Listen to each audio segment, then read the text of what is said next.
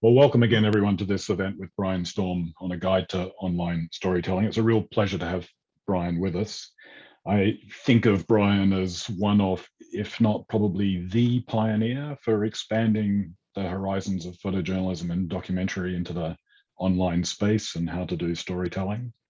Brian founded MediaStorm in 2005 after working in senior posts at msnbc.com and Corbis. And personally, I came across MediaStorm, I think 2008. And then Brian and I met actually doing a workshop in China, which was fantastic.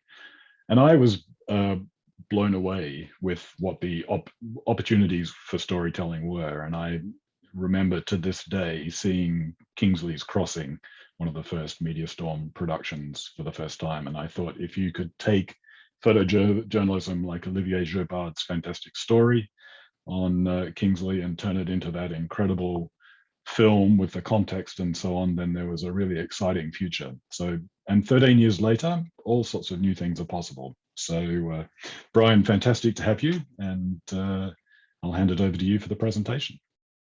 Terrific. Thanks, David. Well, first thing I want to say is thanks to Susie and her team at Photo Wings. It's so inspiring what they've done and how they are helping, our profession move forward by sharing good ideas. And Susie's just a gem. Like, she supports so many different organizations. So thank you to her and her team for making this possible.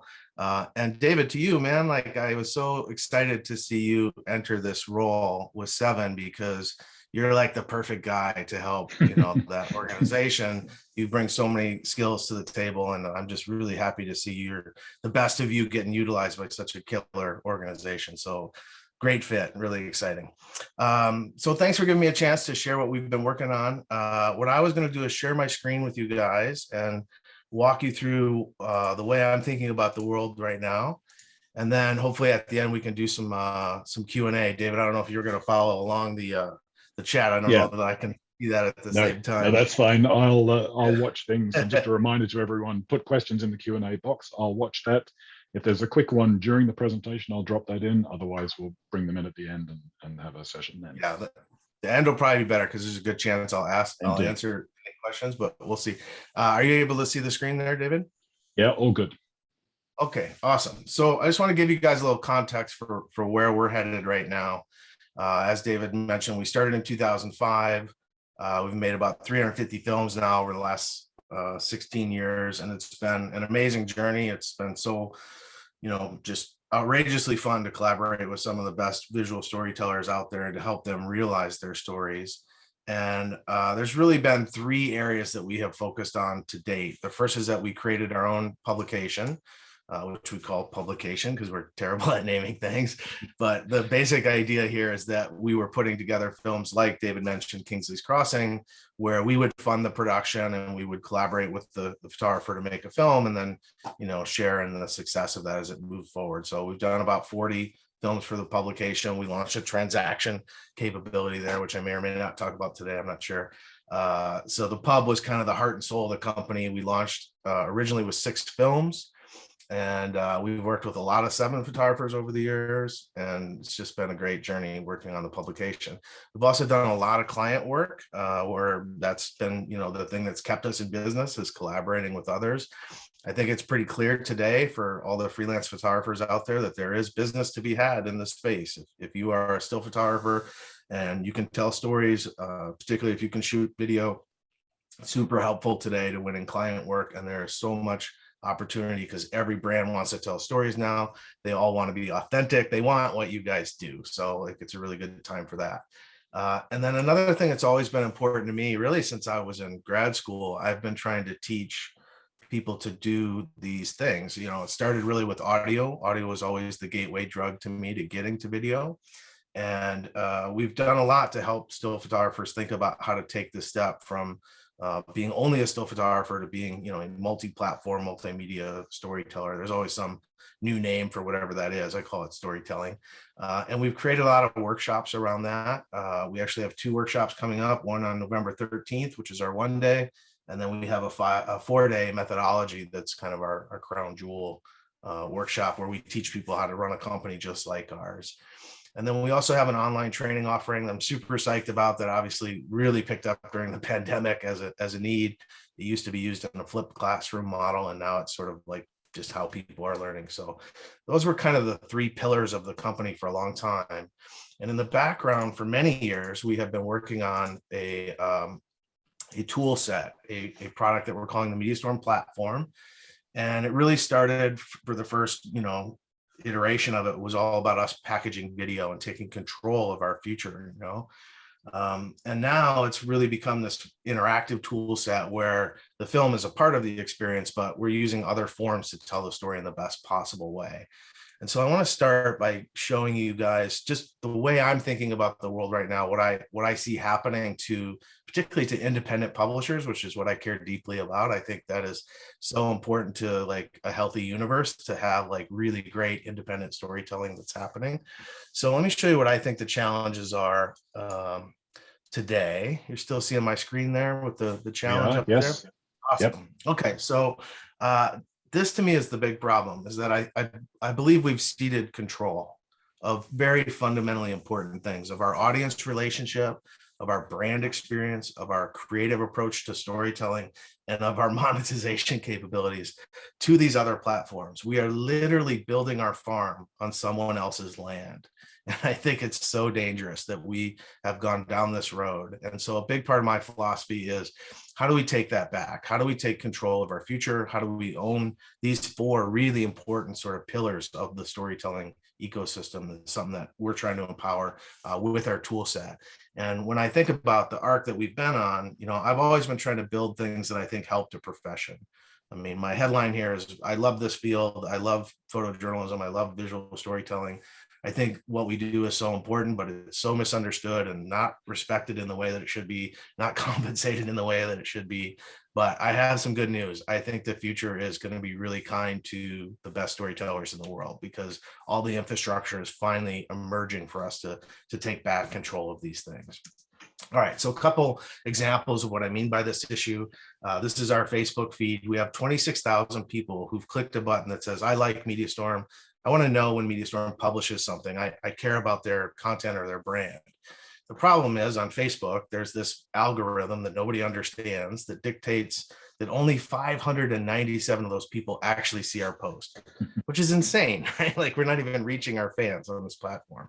Now, just to rub a little salt in our wounds, we could pay Facebook for the right to reach our own audience. We could literally give them money to reach our own audience. I mean, this is insane. It used to be that we would distribute our content and someone would pay us for the right to have our content. Now we're doing all the work, giving this platform our content for free, and it's their business model, it's their brand experience, it's their algorithms, and we get like a bag of likes in return, which I'm really not sure what to do with. Like, I can't pay my staff with that. I can't, pay the mortgage, right? I mean, what are we doing with a bag of likes, right? Now, obviously, you need to play in this ecosystem. I see social as top of the funnel. It's a way to expose new people to the stories that you're doing, but it's really not the place where I want to build out my full offering. I see social platforms as the appetizer. I want the full meal to be on our owned and operated site. For us, that's MediaStorm.com. And I want a tool set that allows me to tell the definitive version of that story on our website. So let's, think about social as top of the funnel marketing. So there's other issues, is that these businesses that we are building our farms on, like Instagram, which has obviously been amazing for photographers, it's a great platform, but they kind of continue to evolve and change their approach. Like they recently said, we're going to pivot to video. Well, if you're a still photographer and you don't care about video, that's not great for you. It's like, I came here because I wanted to show my photography. And this is my story about here, building your business on someone else's land. I love that headline. It's something I think about a lot. You got to be careful with that.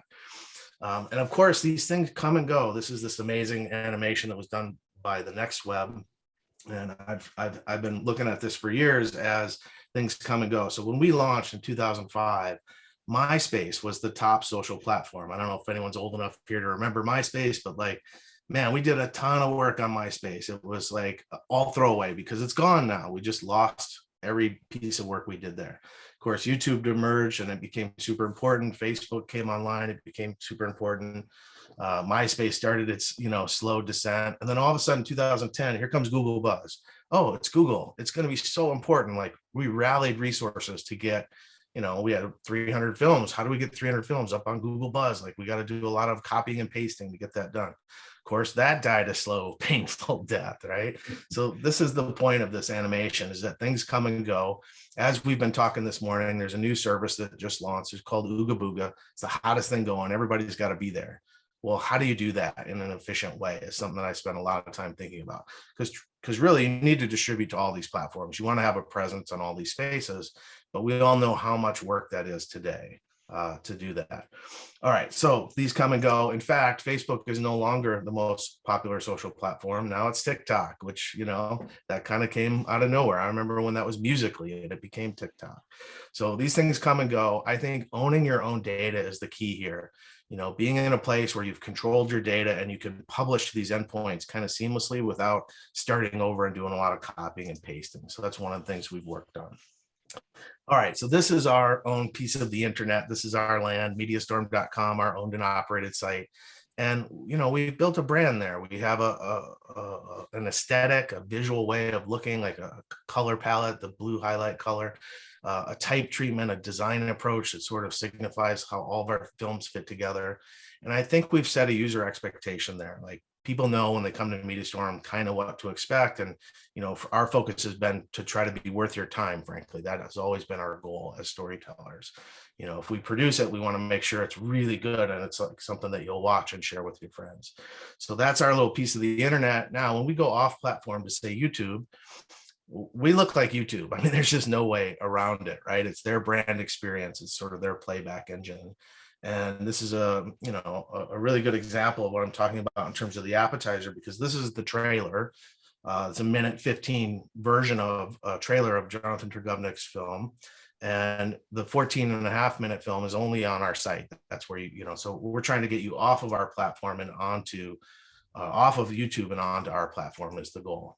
The other thing about this that kind of drives me crazy is that we don't own the algorithm on the right. This playlist on the right is driven by an algorithm, and really weird things happen there. I mean, this is a very intense film about the genocide in Rwanda and the aftermath of that. And if you look at the fifth item in the playlist here, that's a woman in a bikini. Like, I don't really understand why that's there, what generated that in the algorithm, but it's quite offensive given the nature of this film. So again, we don't control that, which bothers me. The other challenge is that, there's these algorithms that will, give you copyright violations. I mean, this is a film we did about Nick Gutt's famous, Vietnam picture, and YouTube flagged it. They said, "We think you're violating our child safety policy here." Well, is that the world we want to be in, where the algorithms are telling me what I can and can't publish? Like, that scares the hell out of me as, an independent publisher. I don't want to be in that situation. So again, I can tell that story on my site, but YouTube may dump me. And then, of course, these guys are constantly changing their model. Like, we did a ton of work to put all our films on Amazon, and they just purged them all. Like, they just decided we don't want to serve these films anymore. No discussion. It's just all of a sudden the next day that part of your business is gone. So it's just scary. You got to protect yourself. And here's our apocalypse from YouTube, where David was one of the top YouTube creators, was making $275,000. All the way down to 2,000. I don't know if anyone in this call could take that kind of financial hit, right? So you got to, as a freelancer, you have to diversify your business. That's a big part of it. All right, a little bit of good news. I remember when I started MediaStorm in 2005, I was sort of running around the country saying all these platforms are going to be competing for content and they're going to be paying top dollar for the best work. Well, that took a long time to get here. I mean, it's kind of happening now, where these guys realize that the best storytellers are very valuable to their platforms. And so they're trying to keep them, right? And to do that, they're paying for it, as they always should have.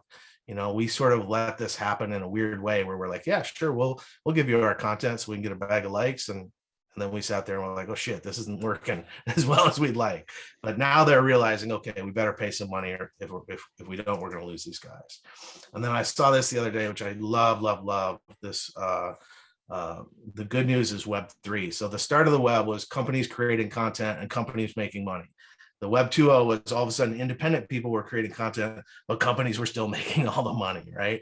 Web 3 is going to change the equation because it's going to introduce things like microtransactions and accountability with blockchains and NFTs and crypto, all that stuff that you're hearing, these buzzy words, they're really important. And you guys should really read about what's happening in the space, because Web3 means the people who create the content are also the people who are going to make the money.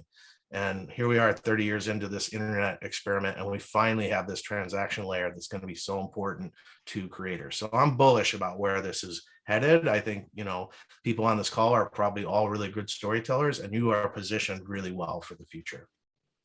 And then the last sort of setup thing here is that I love this tweet: independent needs to exist, because otherwise there's literally no space for ideas and projects that are not driven by mainstream thought and corporate intervention. To me, the internet, this is what the internet should have done. It should have given this ability for independent storytellers to rise up. And I do believe that's coming because of the transaction layer. That's the piece that's been missing. But so that's the context for which we have been working to build this tool set. And I did this kind of big pivot in the last year or so to really focus on this, because what I realized is that at MediaStorm, we were making about 30 films a year. And it was an amazing journey. I got to collaborate with some of the best storytellers in the world. My staff was incredible. I got to work with some great people, and I really enjoyed that process. But what I realized is that 30 films a year is not putting the dent in the universe that I aspire to put into the universe. And, when I think about all the people we've trained and all the great work that they're doing as a result, that really excites me. And when I think about this tool set, I'm like, man, okay, instead of 30 films a year, we could have 30,000 projects coming out a year if we get this into the hands of the best storytellers. So it's really a tool set that's for the field. It's built for us, but it's now something that we're licensing out to other people to help them extend their storytelling. And so a little bit about how we got to this model was really through client work. We were building a lot of these interactive destination sites that clients were paying us to do. We were, learning on their dime and helping them sort of extend their storytelling process. And one of our big clients in the early days was the Council on Foreign Relations. So really great organization, super smart people. And we had an opportunity to create a franchise there called Crisis Guides. And they were on, the hottest issues going. And their goal was to try to be like the top search result on Google. Like if you type in Iran, is this like high on that first page, was their goal. And the way to do that is to make it like kind of the definitive piece of storytelling about that topic. And so the way these projects would start is they would come to us and say, okay, we want to do Iran.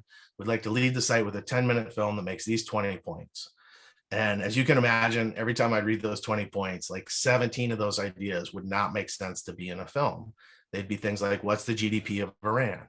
Well, the GDP of Iran is data. That should be an interactive experience. In a film, that would be a speed bump. Films are good with character, emotion, visually sophisticated coverage. That's what films do well. And when I reflect back on why we built all this stuff, a lot of it was because I was trying to protect the film. I always wanted the film to be great because it's like the first thing you see, it sets the tone for the entire experience. And so in this case, the film only had to make those 3 points that made sense to be in a film. And then those 17 ideas, we would pull them out and put them into these interactive experiences. And what we got good at in this process was building front-end templates that were really beautiful for the client, but also a tool set that allowed them to maintain these very sophisticated experiences. So the templates would include things like packaging video, obviously interactive timelines for telling historical stories, bubble maps for location-based storytelling, interactive charts for the data, like the GDP stuff. And so we call those titles. Those are interactive titles. And then from there, the next step was, well, how do we get to the cover? What's the cover of the internet supposed to look like? How do we bind these title types together? And so we started by animating our poster frames. So poster frames like the Hollywood movie poster for your film. And so just bringing a little motion to that still image. This is where I think the web is going. I think it's going to be a much more cinematic space. So you take like a famous Rick Smolin picture and that animates on screen. It's still an amazing picture on end, but you give some motion to it to get it going. So once we had that in place, we started to prototype the cover experience. So this is an example where you have an animated poster frame, and then we have 2 cover templates. One's called grid, and this is grid, and then we also have menu. So in this case, you've got 4 entry points into this project. You've got a feature-length film, you've got an epilogue on what happened to the family after the story ended, you've got a historical timeline on the story, you've got a slideshow that showcases the pictures best. So think of cover as a way to bind those disparate media title types together. That's its goal. You can also set brand experience. So this is our collaboration with the International Center of Photography, their Infinity Awards. So again, we can set some brand experience up front, and then this is our menu cover title type. What's cool about this, obviously I roll over pub and I get some text and a visual. What's cool about this example is that I built this myself in like under 5 minutes, right? That's the power of our tool set. It's really easy to use, but it creates these beautiful templates, right? These beautiful cinematic playback experiences that are battle tested, driven by client demand kind of experiences. Okay, so what we're doing now is we're white labeling this player. We're licensing it out to other people to use. And one example of that in the early days was with Sundance in partnership with the Gates Foundation. Again, they've set some brand experience here up front for the short film challenge. And here's 8 films in a playlist, but this is their editorial control that, you know, orders the playlist. There's no algorithm running against it, right? There's no woman in a bikini in their playlist. This is their brand experience, their editorial control. So that's kind of the key idea with the player. All right, so let me show you this guy in action here. This is the collaboration with the International Center of Photography. And every year we make the films for the Infinity Awards. Last year, Don McCullen won for Lifetime Achievement. I'm sure everybody knows Don, amazing conflict photographer. So I had the opportunity to go interview him, and we made this beautiful film about his career, but then we also have a slideshow. So this is cover. So to the left, you can go see a film about Don's life. And to the right, you can go see a slideshow. So it seems very simple, right? And it's supposed to be, but there's a big difference between a picture that I put in the film that maybe is on screen for 5 seconds versus a picture in a slideshow that you can look at as long as you want. You can read a caption, you can transact around it. So that's kind of why we built the tool, is to use the right way of storytelling, right? The right form. All right, so this is our video playback experience. We did a very important thing here, which is we integrated Vimeo. So this is Vimeo's playback here, their cut downs, and it's their subtitle process, right? And we chose Vimeo because they are amazing at serving video. Like they have a team of people shaving milliseconds off the load time of a video player. Like I, as a small independent company, I don't need to go build a video player. Like they're amazing at that. So we integrated Vimeo, but we don't look like Vimeo. We've wrapped it with our player, which now you can white label. So where it says MediaStorm, that can say any brand. And then we have room for sponsorship up here. We're getting Vimeo's performance and then our layers of interactivity. So our interactivity starts with this menu. And the menu to me is really important for adding context to your films. We all know in the photography world, we have IPTC. We have this standard way of sharing metadata with photography. It's brilliant that that was built early on. Video really doesn't have that. So we built this menu to create a metadata container for our films. So if you click on about, this is obviously telling you what the film is about, but it's also giving me text that Google can now grab and index your film. So you get much better search results, really good SEO. And then we control all the fields in the database, so you can reuse like credits and you can show your partners really well. And then these are just basic, simple things. Like we make transcripts for every film. So we add that, again, really good for SEO, but also good for accessibility. We do a ton of research for our films, so we add those links. Google rewards this. When you spider in and spider out, your search results go up on a topic. And then we also do merchandising. So this is really important to me. You know, if you've watched this film about Don and you realize, man, this guy's epic, and then you're like, oh my God, he's made all these books. Like, I want to buy one of his books. So I can click through, in this case, to Amazon. And here I've got an affiliate code, which anyone can get an affiliate code. This takes just a few minutes to get set up. And you add this little tag to the end of your link, and that gives you a 10% of the sale, not just of this book, but of whatever people buy during that session. And I know that because someone bought a $700 circular saw and we got $70 for it. weird way of making money, but I'll take it, right? And then of course you could do calls to action. So like ICP's event is a fundraiser. It's a really important fundraiser for them. So we can have one click through to donate. So think of the menu as basically anything you can do in WordPress, we can do in our menu on the left there. And then our next level of interactivity is the navigation index. So this is a very simple player. It basically has a cover, a film, and a slideshow. So I can jump to any other part of that experience. All right, so here's slideshow. Now slideshow is where image is the hero of slideshow. I'm kind of bummed that I had to build this capability. This is the 4th time in my career I've built a slideshow tool. But I just felt like nothing integrated in this way. And there's certain features that I've wanted forever that we finally have made available here. So for example, I can show exactly where a picture was shot. This is our Mapbox integration. And we can use GPS coordinates to show you exactly where a picture was shot. This is obviously optional. You wouldn't always want to do that, but I think it's a pretty cool capability.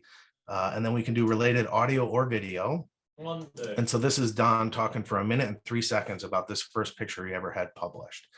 Now, what's interesting about this is this actually was in the film for, a second. We had it kind of in the narrative of the film, and it just took too long to explain it. It was kind of off spine, and so we cut it. And filmmakers know that's a hard process. You cut these things and you're like, I don't want to really leave that out. I really like to tell that part of the story. What's cool here is that it's not in the film, but it's here against the picture that he's actually talking about. So it adds this amazing layer of context.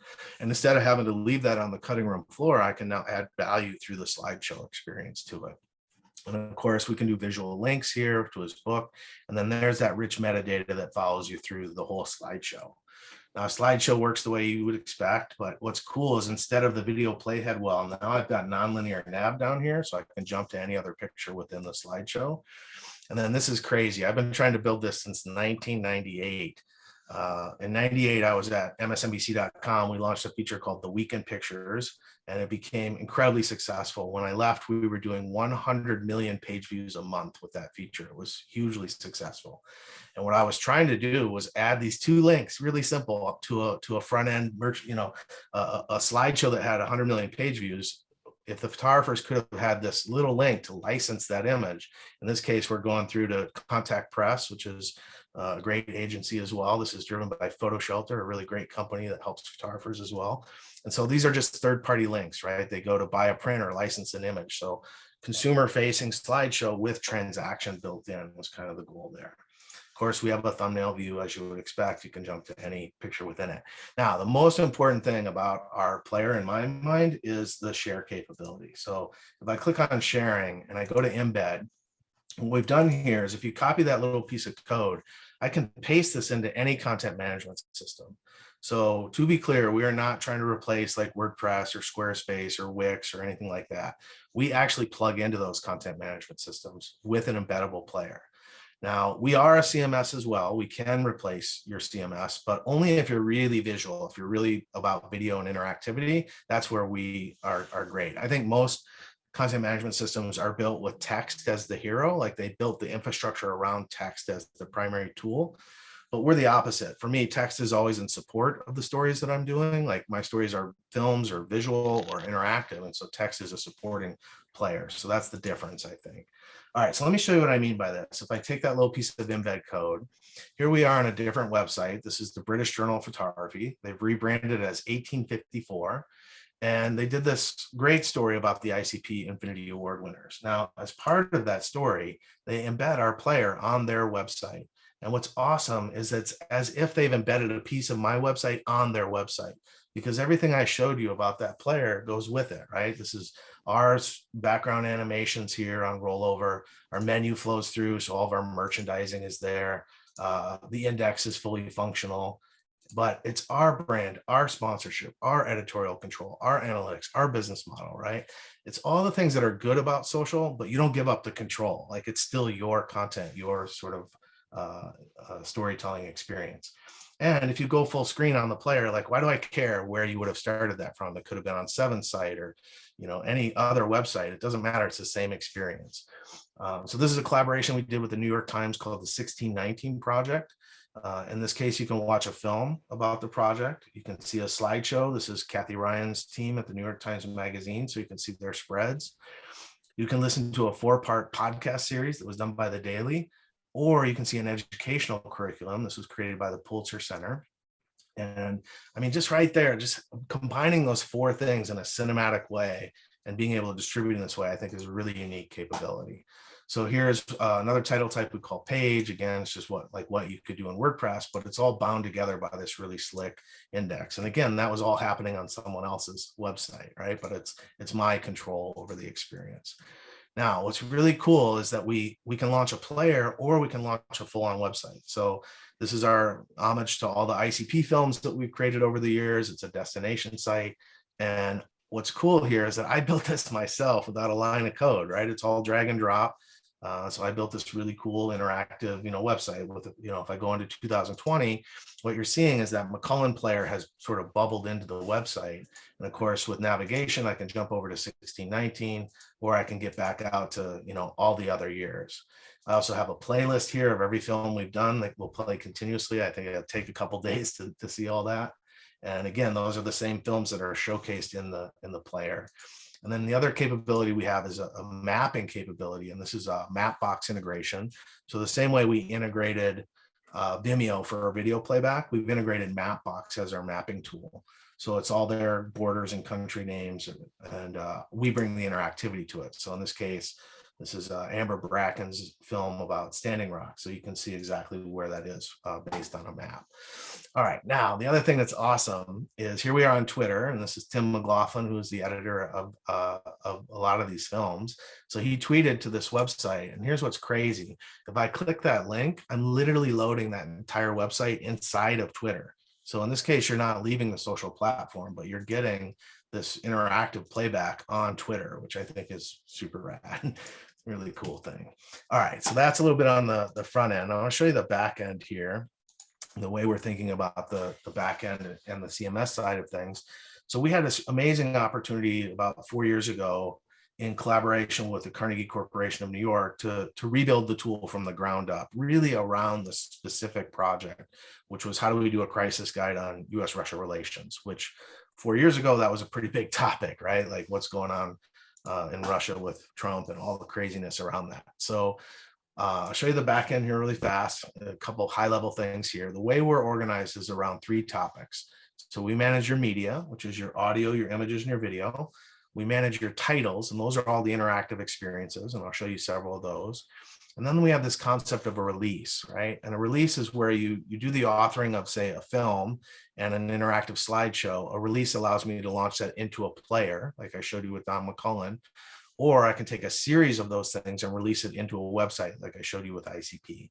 So very unique capability. Where we're headed next on this, super important to me. I know I was dumping on social, but you got to be on social because 45% of all video played on the internet is played on YouTube. So you have to be on YouTube, but what are you there with? I say you go there with an appetizer, you pull them to your site for the full meal. So where we're headed with release is that you'll author once, and then we'll say to you, okay, send this to TikTok and Snapchat and LinkedIn and Facebook and YouTube and on, right? So as independent publishers, our syndication needs are extremely high. And so we're trying to automate a lot of that. Okay, so a couple quick examples in here. If I sort by video,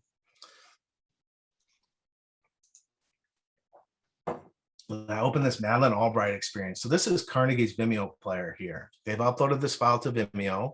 And what we do is we separate the data from the presentation. So the data is the Vimeo player. The presentation are these 5 shapes you can use to present Madeleine on your website. Now you'll notice our auto crop on this vertical is pretty unforgiving. Poor Madeleine got cropped right in half. What's cool about our system, I literally can just hit edit and accept, and I just fix that everywhere in their universe. That's the kind of thing that used to cost me at minimum 20 minutes of my life. Like, where's that file? Open it in Photoshop, crop it, compress it, republish it, like maddening, inefficient. Our tool set is meant for people like me and David, like storytellers. Like, we want to tell stories. I don't want to have to work hard to do that. I want to put my creativity into the storytelling process, and efficiency matters to doing that, right? So we're trying to be efficient. Okay, as I mentioned, we can launch a player or a website. I want to show you this concept of a website. What's cool about what we've done here is that we have this really cool drag and drop capability. So all of our stuff works this way. This is literally the navigation to your website. So I can reorder the nav to your website. Of course, I can preview your site. Now, when the site loads up, what you're going to see, the first chapter is called Introduction, and it has a film. The second chapter is called Myths and Identity. It has what we call an interactive cover, and it also has a playlist. Okay, so here's that site loading up. And we'll get to questions here in a sec, guys. I see some of them coming in. All right, so here's Introduction, and there's the film. Here's Myths and Identity, right? So now what you're seeing is an interactive cover. This is all updatable with the tool set, background image type button, all tweakable, easy stuff. And then here's our playlist template. What's cool about playlists, it can be audio or video.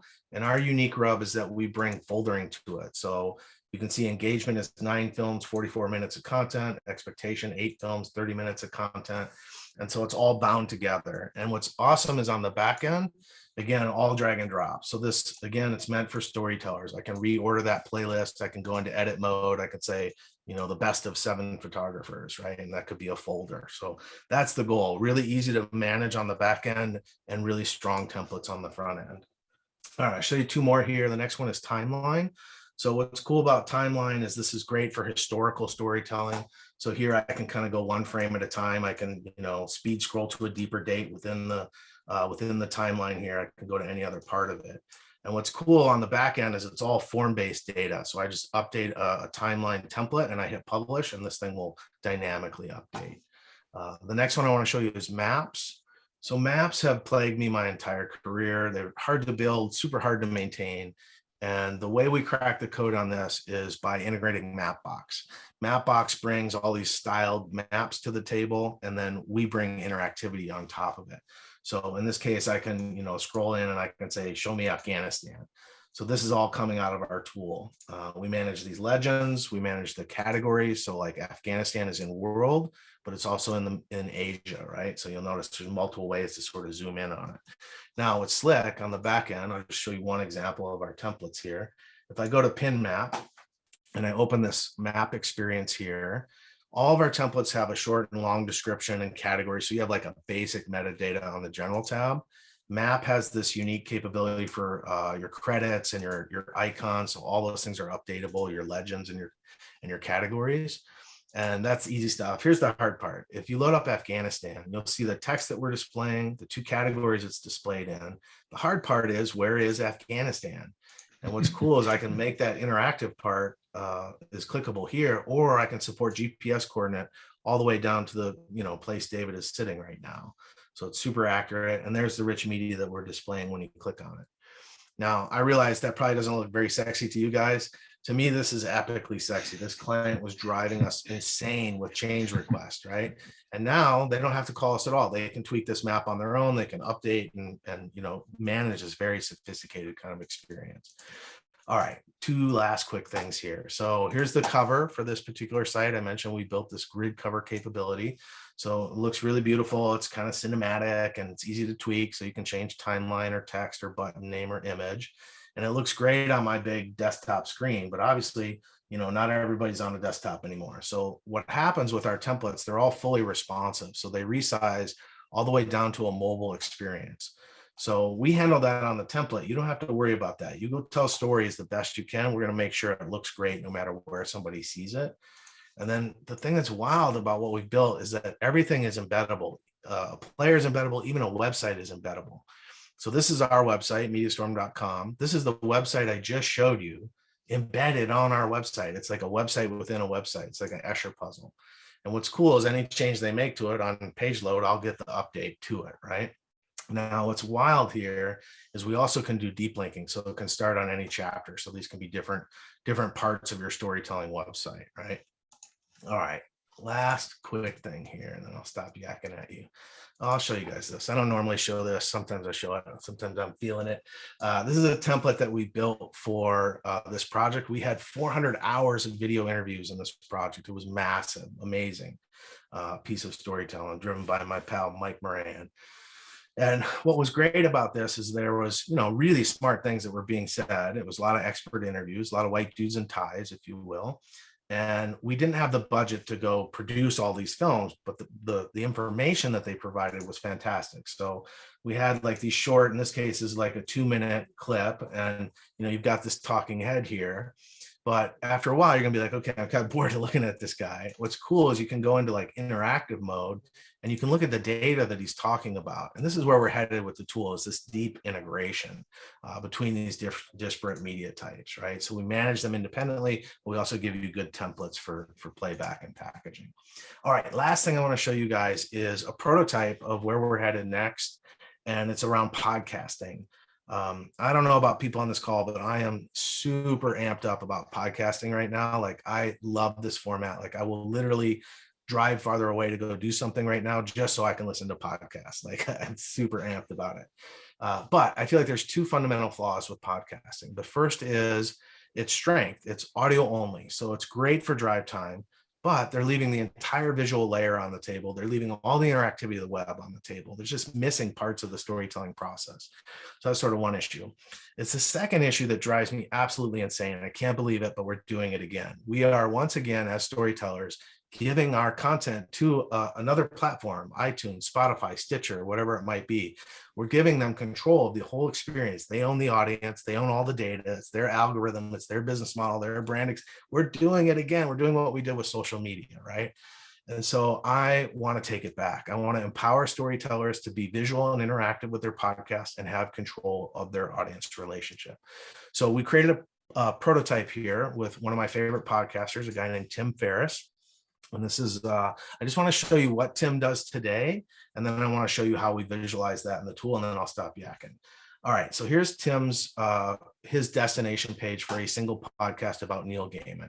And here's his components. He has a great headline, Neil Gaiman, the interview I've waited 20 years to do, episode 366. Man, I'm clicking that every time. 20 years you've been waiting? I want to hear this episode, right? Plus I love Neil Gaiman. He has a picture. It's not a great picture, but he has something to share to social. So that's critical.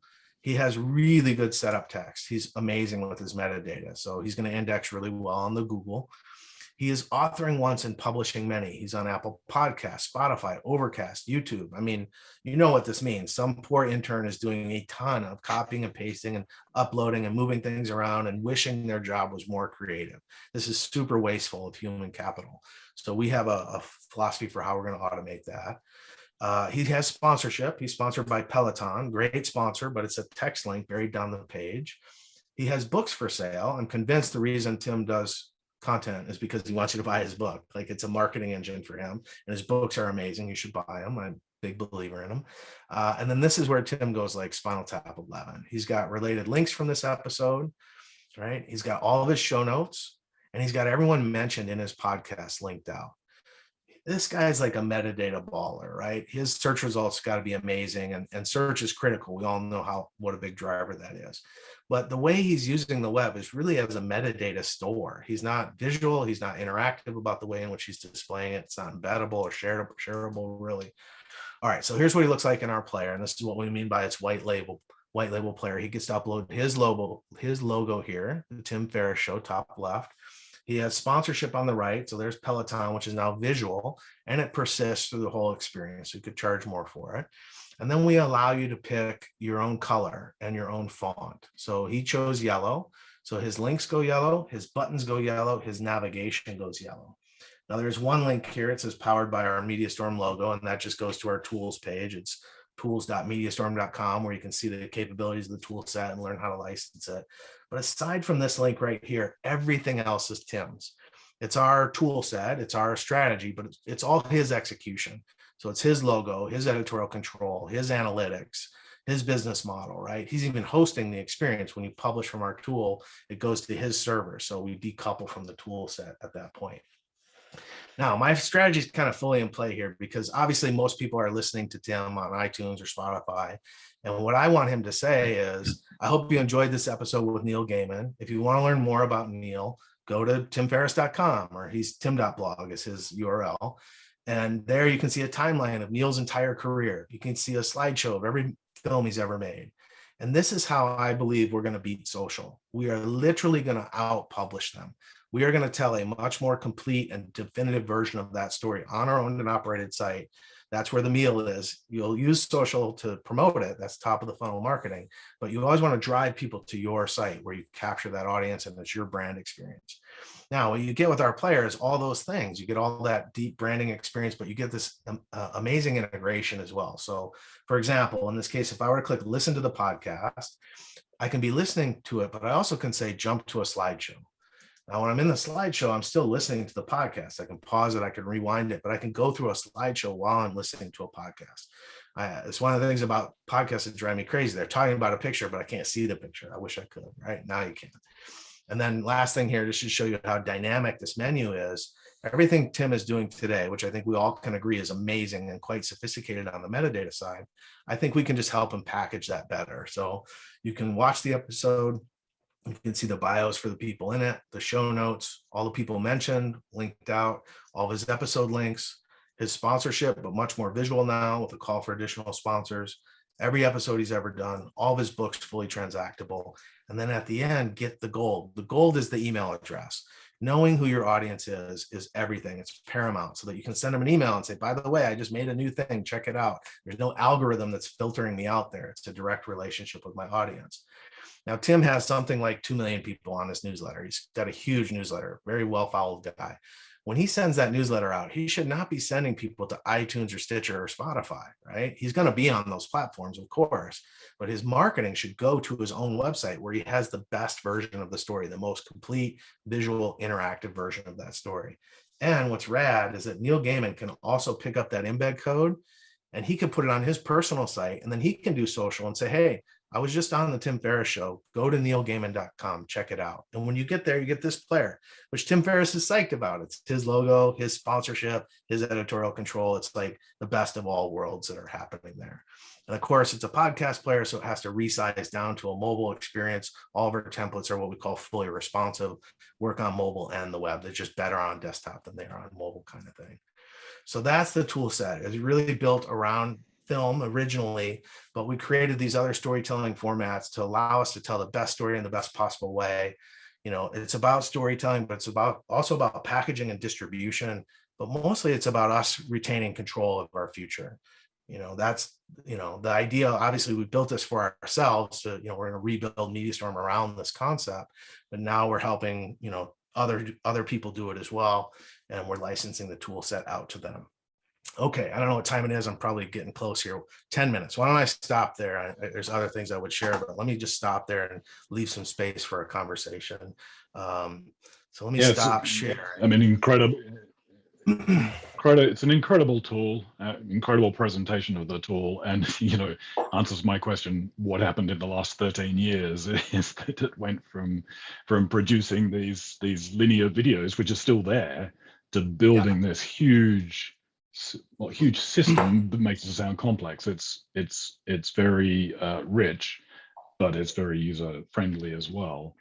Certainly, from my perspective, coming originally from an academic background, this answered the one question that really got me into thinking about photography and that really attracted me to MediaStorm at the beginning, and that is, how do you provide context to a photograph beyond just a simple caption? And you've answered that question in a very, very rich way. We've got a couple of questions from the audience, and then I've got some questions too. And if anyone else in the audience wants to drop questions into Q&A, we have time for that. It's all good. I think this question will probably help clarify one of the points. Glenn's asking that you talked in the beginning about the dangers of building on other people's land and their platform. But he's asking, aren't we building on your MediaStorm platform here? Great question. Yes, you are in the build process, right? So it's our tool. It's all running on Amazon Web Services, so it's up in the cloud.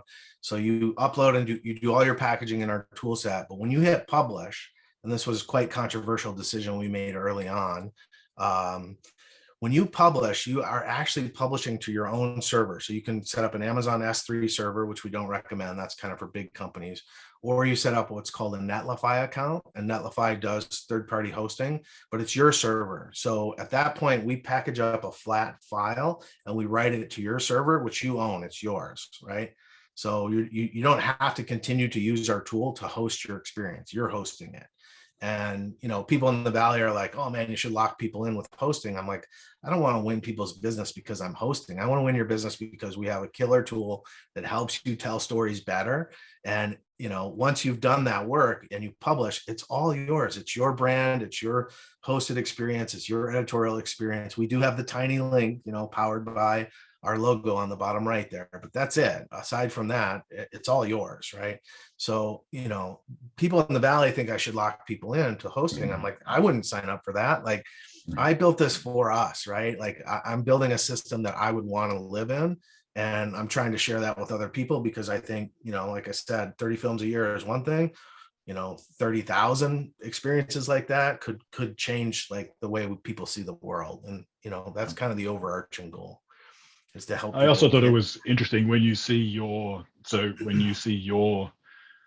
um, thing embedded on someone else's website. You've gone from building something on someone else's land to actually squatting on someone else's land. So they're Well, and look, they're paying for the land, and you're taking advantage of that yeah, because all your stuff is going with it. yeah. Well, and in some cases, like with Twitter, that's amazing that can happen. And like Twitter is, open enough. Like, but Facebook, our player used to load on Facebook. They shut that down, right? Now you got to upload into Facebook's player because they want control. Right. They want the analytics. They want their playback engine. And so again, like, it's critical for us moving forward. We know we're going to publish to Facebook. I mean, at least for a little while longer. Facebook's probably going to die. Like, my kids are not going to use Facebook. It'll be in that graph somewhere, receding the other direction. And I don't want all my work there to go away. All my work is happening in our database, right? And so when Facebook dies, fine, it dies, but there'll be this new thing that spins up, and all the work that I've done, it'll just be a checkbox for me to say, send this to this new platform, Ooga Booga. It's the hottest thing happening. All the kids are on it. How do we get there fast is kind of the goal. And so author once, publish many, critical part of the strategy here. Separate data from presentation, critical part of the strategy. Right. Obviously, this next question depends on kind of the project that you're engaged in, but Mark was wondering about how much time it takes to put some of these projects together. I mean, say the Don McCullen one and so on. You've got a lot of got a lot of simple functionality in the back end, but how much time? Great question. So with Don, I mean, I would say the hard part of the Don project was, flying that to, England, getting an interview with him. That was hardest. Second hardest was then, making the film, which anyone who's made a film knows, like, that's hundreds and could be thousands of hours to make a film. Like, they're just really hard. And we don't get deep into that production process. We're a packaging and a distribution tool. So we're at the very end of the process. Right. When you're adding all the metadata, you're assembling covers, you're adding interactivity, building slideshows. I mean, I probably spent 2 days on McCullen's experience, maybe something like that. I could probably do it in a day now. I've just gotten faster with the tool. It does take work. I mean, you're adding all this editorial context to a project, so that takes work, right? It just does. But the hard part is making the actual film. That's the expensive, costly part. Where I think we come in is just presenting it and distributing it in beautiful and efficient ways is what we're trying to create there. Right. Yeah, so it takes work. Things take work, man. Oh yeah, absolutely. So the technology's changed a lot in the last 13 years, and since you started MediaStorm, and when you began, you were really, and still are, telling photographers rightly to think about how to record audio, how to make video, how to get those other assets so that you can build these sorts of projects. Do you think in the last decade or so, any of the fundamental principles of online storytelling have changed? Are they the same as when you started? Or in other words, is this tool embodying some new principles of online storytelling, or is it building off existing principles and getting a really good way of delivering and showcasing? Yeah, I mean, I don't, people have always said to me, oh my God, you're so innovative. I'm like, I don't know. I've been doing the same damn thing since like 1995, to be honest with you, right? Or 93. Like, so what I built, and it's so ironic, one of our first big launches was actually with College Photographer of the Year and Pictures of the Year, which is where I cut my teeth at University of Missouri. I was doing interactive CD-ROMs there. And frankly, what they've launched, and they're adding to it today, the CPOI today, what they've launched is what I was hand coding on interactive CD-ROMs in 93. We've just made a tool set that made that easier. So is it new? No, I don't think anything we've done is particularly new.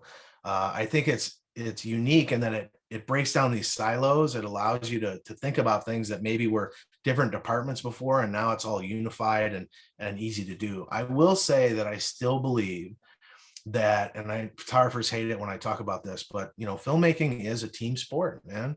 I know we're all lone wolves and we want to do it all ourselves, but like, to make something truly special, you got to collaborate. You got to find great partners, great teammates to do things that maybe you're not great at. Not everybody can do all these things. Our tool allows everybody to do that, but it doesn't mean you should. I can give you the best pen in the world. It doesn't mean you're Shakespeare. You know what I mean? Like, we all know that. Like, visual journalism is a craft. It's taken us all years to get good at that. Doing good maps, that's a craft. Making a good picture editing, a slideshow, that's picture editing is a craft. Go to Kalish, learn how to picture edit, right? So like, you still want to collaborate, but I think our tool allows that collaboration to happen pretty seamlessly.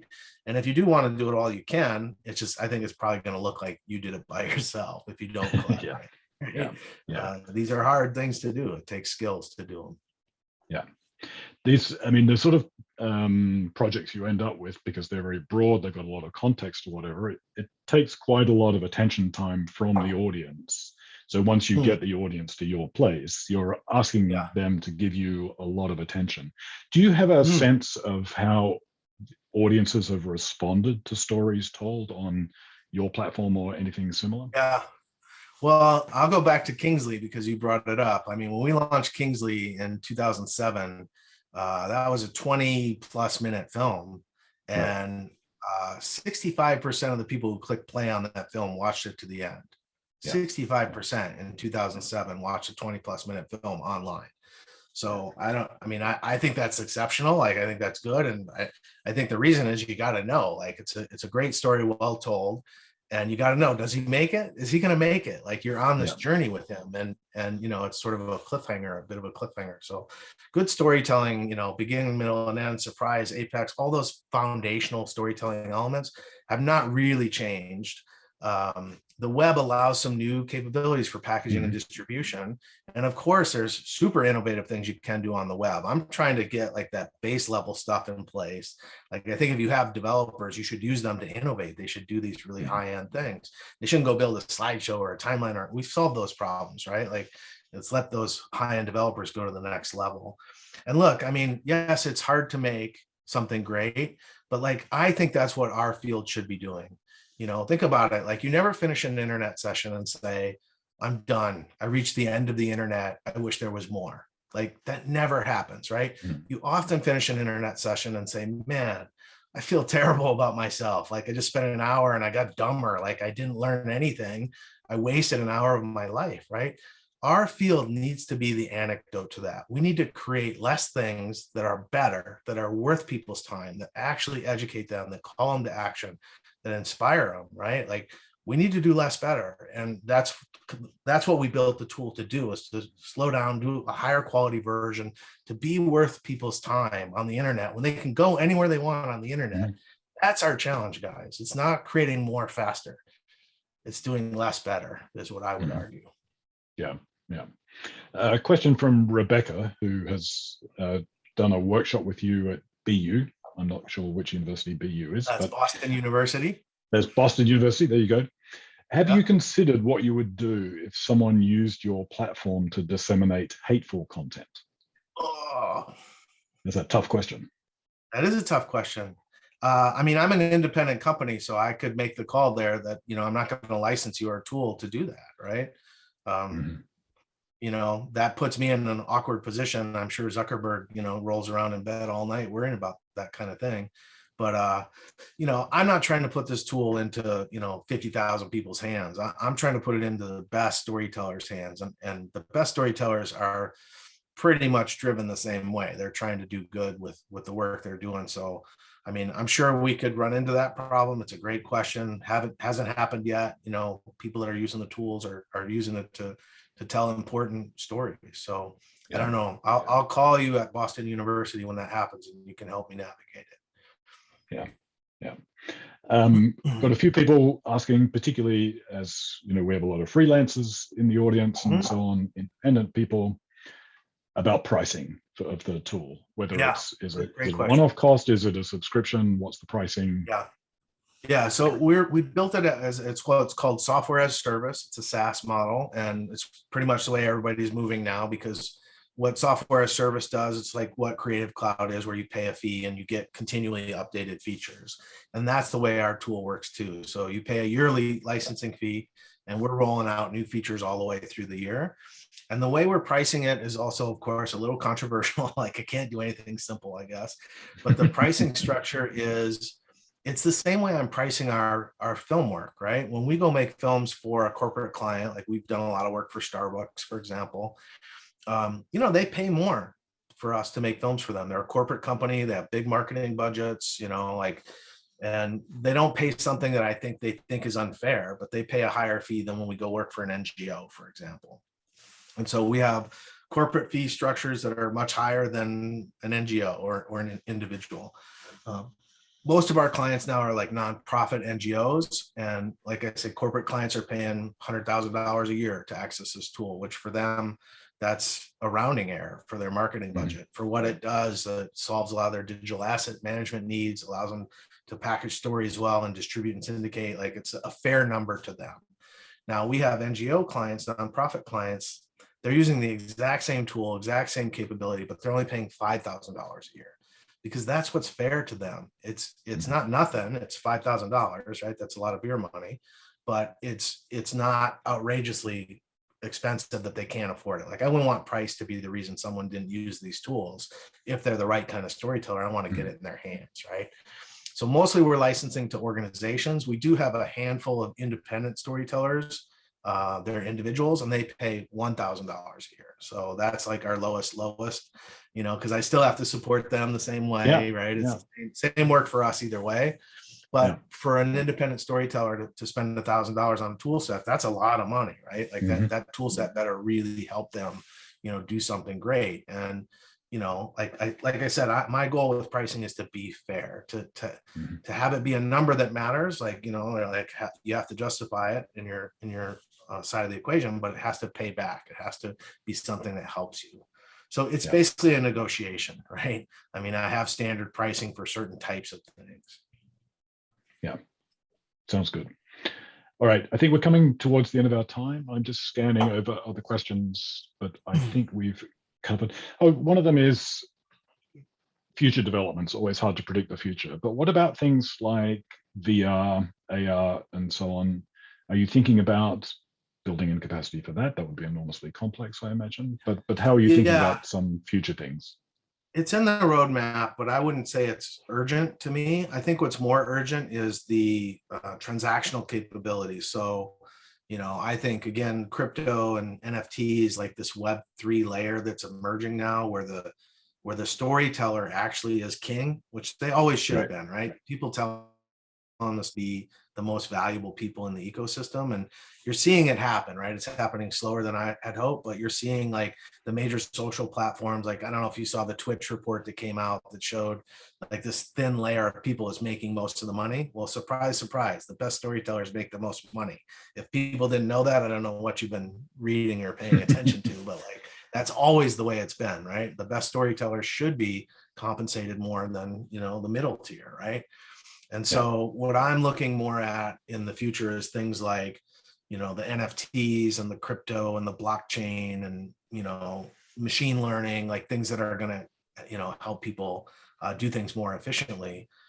So that's kind of the next layer is it's transaction. I think that's going to be big. I think, if you have 1 million people following you on Instagram, and 10% of them are, signed up to subscribe to your insider membership experience, like, that's a business, man. And that's going to enable you to go tell the stories that you care deeply about. And man, that has been, to me, that's the holy grail. If we can get the best storytellers in the world enough money to where they're not worried about money, they're just telling great stories, that's when things are going to get really good, and I think that's coming. That's right around the corner. Right. So one more question to finish off with from Mike Eco. who really likes the platform.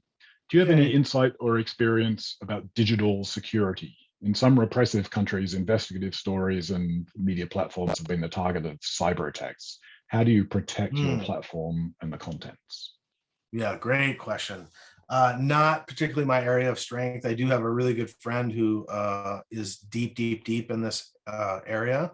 And so we've been talking about what does this mean going forward, but we're not doing anything with our code that's like magic or super secretive or super special.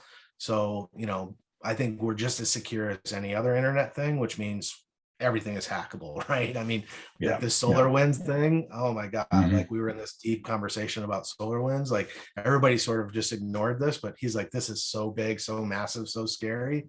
So I don't know that there's any bulletproof secure thing. If it's digital and you put it on the internet, it's out there, right? Is the way you got to think of it.